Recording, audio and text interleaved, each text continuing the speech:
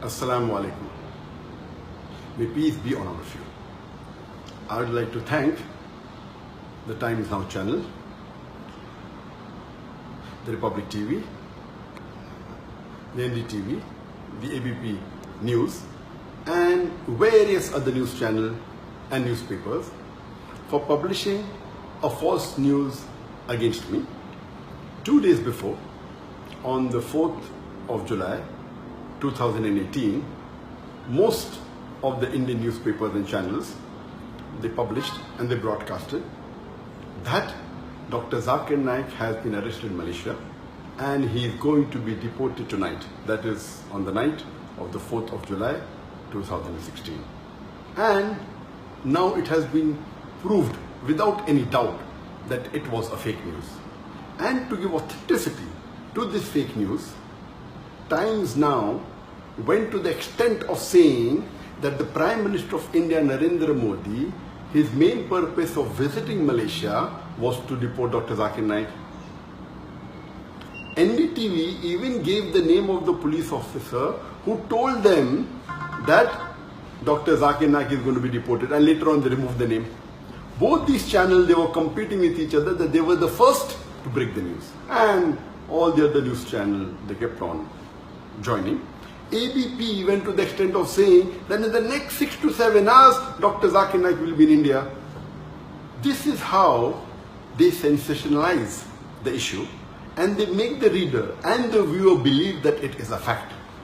And today it has been proved that it was totally baseless and false. And this is the same thing the Indian media has been doing against me for the last 2 years.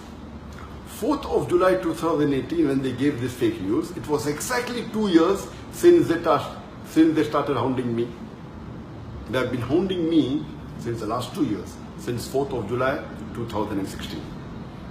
And many of you may be aware that on the 1st of July 2016, there was a terrorist attack in Dhaka, where more than 20 people were killed. And one newspaper in Dhaka by the name of Daily Star, on the 3rd of July 2016, it printed an article saying that one of the terrorists has been inspired by Dr. Zakir Naik. Exactly the next day, almost all the major news channels and newspapers, they started speaking against me.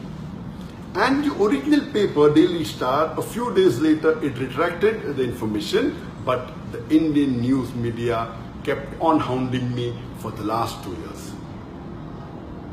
And why they have been doing this, I don't know. I can think of 2 reasons. One can be for TRP.